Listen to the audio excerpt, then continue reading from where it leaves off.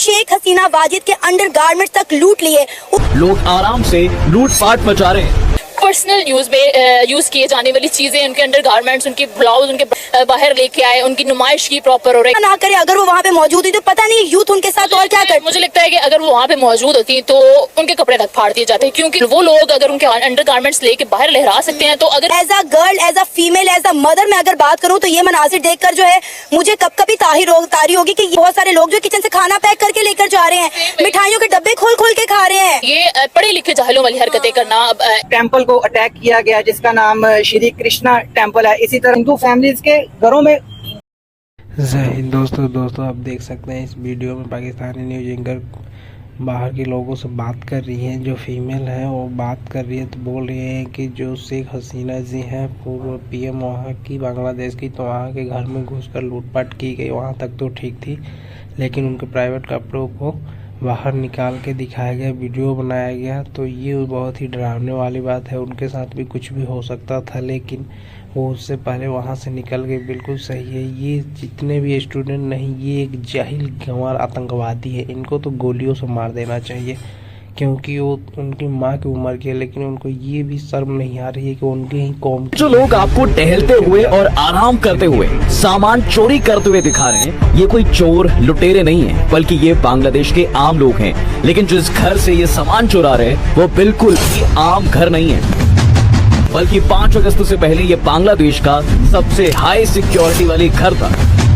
और वैसे सिक्योरिटी तो यहाँ अभी भी कम नहीं है, क्योंकि इस घर के बाहर आर्मी खड़ी है, वो भी टैंक लेकर। लेकिन बावजूद इसके लोग आराम से लूटपाट मचा रहे हैं। ये घर है बांग्लादेश की एक्स पीएम शेख हसीना का, लेकिन अब वो इस घर तो छोड़ो, इस देश में भी नहीं, और इसलिए यहाँ ये सब कुछ हो रहा है। कुल जमा बात ये है कि इस वक्त बांग्लादेश में कुछ वैसे ही हालात है जैसे कि आजादी की लड़ाई के वक्त। क्या आप सब बांग्लादेश के हालात से वाकिफ हैं? बांग्लादेश की वजीर आजम शेख हसीना वाजिद ने जैसे ही इस्तीफा दिया और वो मुल्क छोड़कर फरार हो गई, उनके जाते ही इंतहा पसंद लोगों ने उनके घर पे धावा बोल दिया।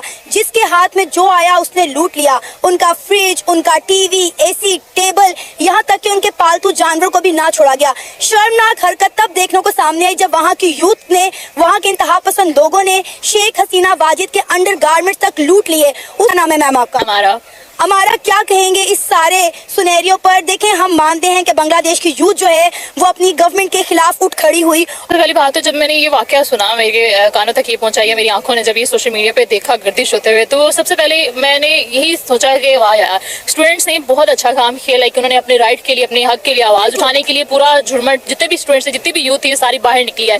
लेकिन साथ ही जब सेकंड ऑप्शन पे मैं जाती हूँ तो वहाँ पे नजर आता है कि हसीना वाजिद के जितने भी लाइक 9 मई का वाकया सेम वैसे ही बांग्लादेश में जो है वो दोहराया गया है। वहाँ पे उनके घरों में जाके उनकी चीजों को तोड़ फोड़ करना, उनकी चीजें उठा के ले आना, ठीक है। और सबसे बड़ी बात, जैसे आपने बोला, उनके पर्सनल यूज किए जाने वाली चीजें, उनके अंडरगारमेंट्स, उनके ब्लाउज, उनके व्हाटएवर, जो चीजें वहाँ पे पड़ी थी, उनको वहाँ उन्होंने बाहर लेके आए, उनकी नुमाइश की प्रॉपर। और एक बंदे ने जो है जिस बंदे के हाथ में थे, उस बंदे को कंधों पे बिठाया गया और ऐसे लग रहा था जैसे उन्होंने बहुत ही ज्यादा बहुत अच्छा काम किया और इस काम का उनको रिवॉर्ड मिलना चाहिए। तो मेरे ख्याल से अगर शेख हसीना वाजिद का जो भी कसूर था या जो भी जैसे भी उन्होंने किया, अगर उन्होंने स्टूडेंट्स की यूथ की आवाज नहीं सुनी, तो as a youth, as a पढ़ी लिखी आवाम वहाँ की, उनको ये हरकत नहीं जेब देती थी। उनका राइट बनता था कि वो एक खातून की इज्जत करते। शेख हसीना वाजिद जो हैं वो बड़े अरसे इक़्तिदार में रही हैं, 20 साल के करीब उन्होंने बांग्लादेश में हुकूमत की है। देखिए, अब मेरी बात सुने, जाहिर है शेख हसीना वाजिद को अपनी कौम का पता था। अल्लाह ना करे अगर वो वहाँ पे मौजूद हुई तो पता नहीं यूथ उनके साथ और क्या करती। मुझे लगता है कि अगर वो वहाँ पे मौजूद होती तो उनके कपड़े तक फाड़ दिए जाते। स्वागत है, आप हमारे चैनल पहली बार आए हैं तो चैनल को सब्सक्राइब करके वीडियो को लाइक कर दीजिए। चलिए शुरू करते हैं वीडियो की लास्ट में रिव्यू।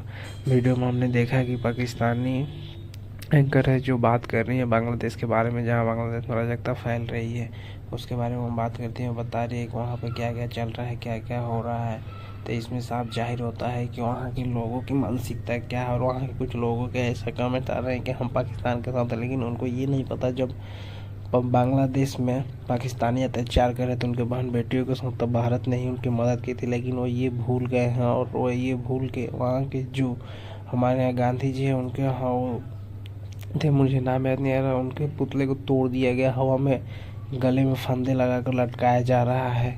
और उनको ये दिखाने की कोशिश की जाए कि फांसी दे रहे, अगर वो नहीं होते तो आज तुम लोगों की क्या हालत होती है। एक बार बलूचिस्तान में जाकर देख लो, फिर पता चलेगा तुम में और उनमें फ़र्क क्या है। मुझे तो खून खौल रहा है देखकर। आपका क्या राय है हमें कमेंट सेक्शन में बताइएगा, और वीडियो अच्छा लगा हो तो कमेंट कीजिएगा। मिलते हैं अगली वीडियो में। जय हिंद, जय भारत।